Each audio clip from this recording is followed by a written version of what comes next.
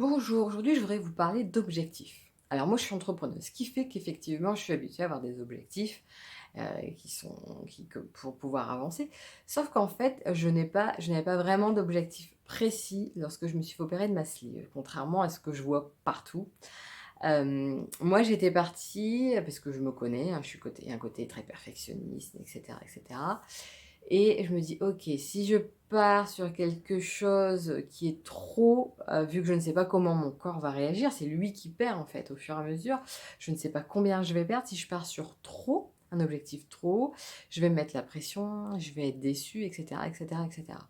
Donc je suis partie en me disant: «Ce que je veux, c'est à la fois effectivement sortir de l'obésité, tant qu'à faire, parce que, bah, en termes de maladie et cetera, dire j'arrive à dépasser ça et surtout être plus en forme et être plus capable». Moi, à l'époque, j'avais j'ai toujours une nièce, mais parce qu'elle grandit, elle était encore toute petite et bah, moi, je voulais effectivement dire, bah, je peux me promener avec elle sans être essoufflée. Je peux, contrairement au jour de mes examens, monter 4 étages sans, avoir besoin de faire une pause et même malgré la pause, arriver en haut, en nage rouge écarlate et en sueur et essoufflée. Donc voilà, je voulais pouvoir, quand je vais me balader avec mes amis, marcher au même rythme qu'eux, pas être la dernière de la troupe, qui, n'arrive pas à suivre et qui n'en peut plus.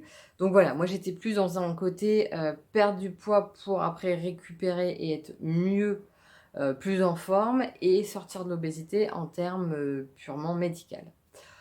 Après, au fur et à mesure, alors c'est vrai comme j'ai expliqué, hein, moi j'ai perdu, finalement lentement, donc à part le premier mois et donc bah, au début, même moment de panique, ça marche pas et cetera et c'est pour ça que je me suis dit: «Oh heureusement que je reste dans le côté où je ne me pèse que chez le chirurgien ou que chez la nutritionniste qui m'évite de paniquer entre 2 et puis j'ai on va faire comme ça va faire. De toute façon, je ne peux pas contrôler ça. Moi, ce que je peux faire, c'est respecter le protocole que m'avait donné, le chirurgien pour faire dans les 3 premiers mois et ensuite, manger équilibré comme j'ai pu voir avec ma nutritionniste et puis ma diététicienne. Ça, c'est dans mon contrôle. La perte de poids que je vais avoir, sous combien de temps, combien de kilos par mois et cetera, ça, c'est mon corps qui va le décider, c'est pas moi.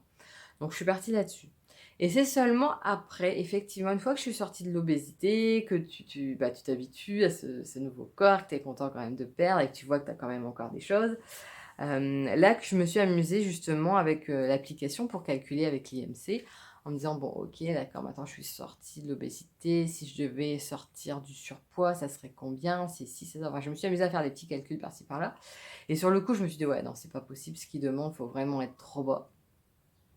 Donc j'ai dit: «Voilà, tu continues comme tu as prévu, tu continues à faire ce que tu peux». Parfois ça m'est arrivé aussi, bah, de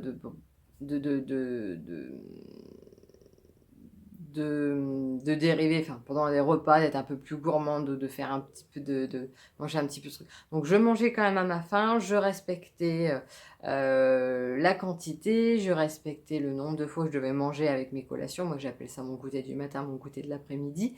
Mais effectivement, parfois il y avait des petites choses, donc je dis: «Effectivement, ne te mets pas de pression, parce que je sais que je le gère pas bien en général et que résultat, je pars vers de la nourriture». Et donc c'est ce que j'ai fait.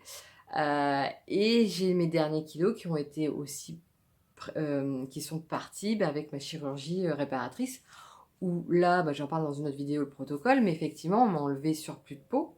Donc là, il y a des choses et en même temps, il enlève de la graisse. Donc 1 litre de graisse n'équivaut pas à 1 kilo, hein, mais effectivement, bah, là, mes 3 opérations principales pour retirer de la peau font qu'effectivement, finalement, j'ai perdu en tout et pour tout 66 kilos et donc je suis arrivée après ça, donc après, on va dire 3 ans, ouais, non, 2 ans et demi, on va dire, à la fin de donc c'était ça, à la fin de mes dernières opérations, chirurgie réparatrice, où je faisais 65 kilos avec perdu 66 kilos.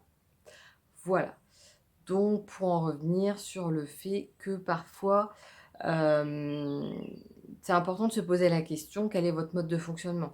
Si vous avez vraiment besoin de mettre un chiffre pour dire: «Bah, comme ça je vois et ça me met en énergie» et cetera, c'est cool. Si vous savez que c'est ça qui vous risquez de vous mettre la pression ou d'être déçu si vous n'arrivez pas jusque ce que vous prévoyez ou quoi que ce soit, et bah, là, parfois, ça vaut de partir en disant: «Moi, ce que je veux, c'est sortir de l'obésité. Ce que je veux, c'est se sentir mieux dans ma peau. Ce que je veux, c'est être capable de plus bouger. Ce que je veux, c'est être capable d'être en forme», plutôt que partir sur un chiffre précis où de toute façon, ça ne dépend qu'en partie de nous, en fait. Ça dépend effectivement de ce que vous allez manger, si vous allez bien respecter ce qu'il faut. Mais, à part ça, la perte que va faire votre corps, ce n'est pas nous. D'ailleurs, il y en a qui perdent trop et doivent repartir ensuite sur autre chose. Donc on voit bien que, c'est important de pas se mettre la pression.